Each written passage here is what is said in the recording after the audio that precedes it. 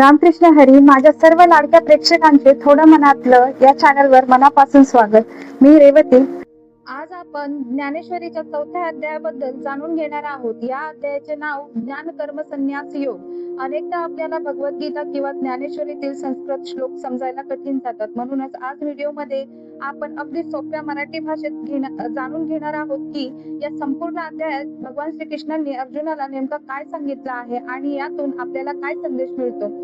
ज्ञानयोग आणि कर्माची गुरु शिष्य परंपरा. अध्यायाच्या सुरुवातीला श्रीकृष्ण अर्जुनाला सांगतात की हे जे आत्मज्ञान मी तुला देत आहे ते काही नवीन नाही. हे ज्ञान मी सृष्टीच्या सुरुवातीला सूर्यदेवाला दिले होते. सूर्याने मनुला दिले आणि मनुने इक्ष्वाकू राजाला दिले.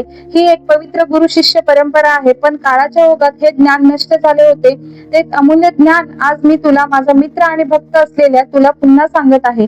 ईश्वराचा अवतार का होतो? यानंतर अर्जुन श्रीकृष्णाला विचारतो की देवा, तुमचा जन्म तर आत्ताच आहे, मग तुम्ही सूर्यदेवाला ज्ञान कसे दिले? यावर श्रीकृष्ण आपल्या अवतारांचे रहस्य सांगतात. ते म्हणतात, माझा जन्म आणि मृत्यू सामान्यासारखा नसतो. मी अजन्म आणि अविनाशी आहे. पण जेव्हा जेव्हा या पृथ्वीवर धर्माचा ऱ्हास होतो आणि अधर्म वाढतो तेव्हा तेव्हा सज्जनांचे रक्षण करण्यासाठी, दुष्टांचा नाश करण्यासाठी आणि धर्माची पुन्हा स्थापना करण्यासाठी मी स्वतः अवतार घेतो.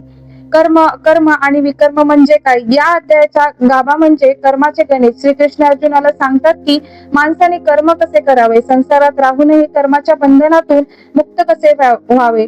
यासाठी ते कर्माचे 3 प्रकार सांगतात. कर्म, जी कर्तव्य आणि आपण रोज करतो. विकर्म, जी कर्मे चुकीची आहेत, जी करू नयेत. आणि 3 नंबर अकर्म, कर्म करताना मी हे करतोय हा अहंकार सोडून देणे.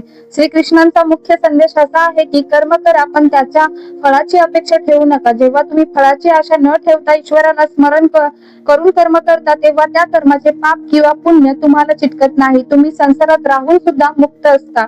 ज्ञान यज्ञाचे महत्व. शेवटी श्रीकृष्ण सांगतात की लोक देवासाठी वेगवेगळ्या प्रकारचे यज्ञ करतात, उपवास करतात किंवा दान धर्म करतात.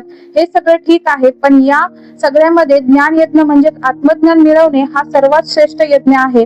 ज्ञानाव्यतिरिक्त या जगात पवित्र करणारे दुसरे काहीही नाही. ज्ञानाची प्राप्ती झाली की माणसाचे सर्व संशय, सर्व दुःख नष्ट होत. माऊली, या 4थ्या अध्यायाचा अंतिम संदेश हाच आहे की तुमचे कर्तव्य पूर्ण ताकदीने करा. मनात कोणताही अहंकार ठेवू नका आणि वाईट कर्मापासून दूर राहा. ज्ञान मिळवून कर्माचा त्याग करणे म्हणजे संन्यास नव्हे, तर कर्म करत असतानाही त्याची फळाची आसक्ती सोडणे हाच खरा संन्यास आहे.